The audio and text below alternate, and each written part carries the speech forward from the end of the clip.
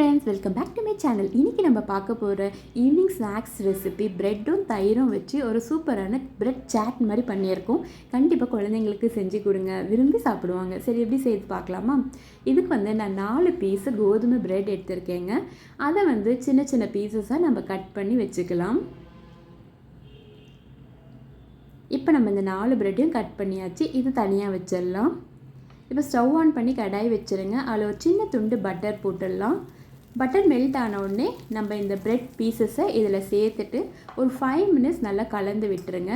ரொம்ப வறுபடணும்னு அவசியம் இல்லை, ஓரளவுக்கு டோஸ்ட் ஆனால் போதும். இப்போ இதை நம்ம தனியாக வச்சிடலாம். இப்போ அதே கடாயில் ஒரு கரண்டி எண்ணெய் விட்டுடலாம். ஒரு பச்சை மிளகாய் நறுக்கி வச்சுருக்கேன், அதை சேர்த்துடலாம். ஒரு பெரிய வெங்காயம் கட் பண்ணி வச்சுருக்கேன், அதையும் சேர்த்துடலாம். கூடவே கொஞ்சம் கருவேப்பிலை சேர்த்து வெங்காயத்தை நல்லா வதக்கி விட்டுடுங்க. இப்போ வெங்காயம் ஓரளவுக்கு வதங்கிடுச்சு. இந்த ஸ்டேஜில் ஒரு 1/4 டீஸ்பூன் இஞ்சி பூண்டு பேஸ்ட்டு சேர்த்துடலாம்.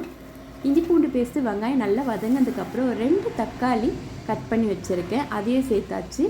அது கூடவே 1/4 டீஸ்பூன் மஞ்சள், 1/2 டீஸ்பூன் சில்லி பவுடர், 1/2 டீஸ்பூன் தனியா பவுடர், 1/2 டீஸ்பூன் உப்பு சேர்த்துட்டு நல்லா கலந்து விட்டுருங்க. ஒரு 2 நிமிஷம் கலந்ததுக்கு அப்புறமா ஒரு 6 டேபிள் ஸ்பூன் தயிர் சேர்த்துக்கலாம். சேர்த்துட்டு நல்லா கலந்து விட்டுருங்க.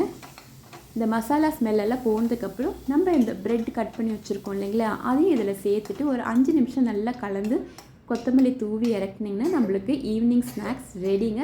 கண்டிப்பாக ட்ரை பண்ணி பாருங்கள், ரொம்ப நல்லாயிருக்கும். குழந்தைங்களுக்கு கண்டிப்பாக செஞ்சு கொடுங்க.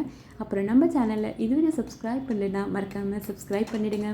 இந்த வீடியோ உங்களுக்கு பிடிச்சிருந்தா லைக் பண்ணுங்கள், ஷேர் பண்ணுங்கள். தேங்க்ஸ் ஃபார் வாட்சிங். Have a nice day.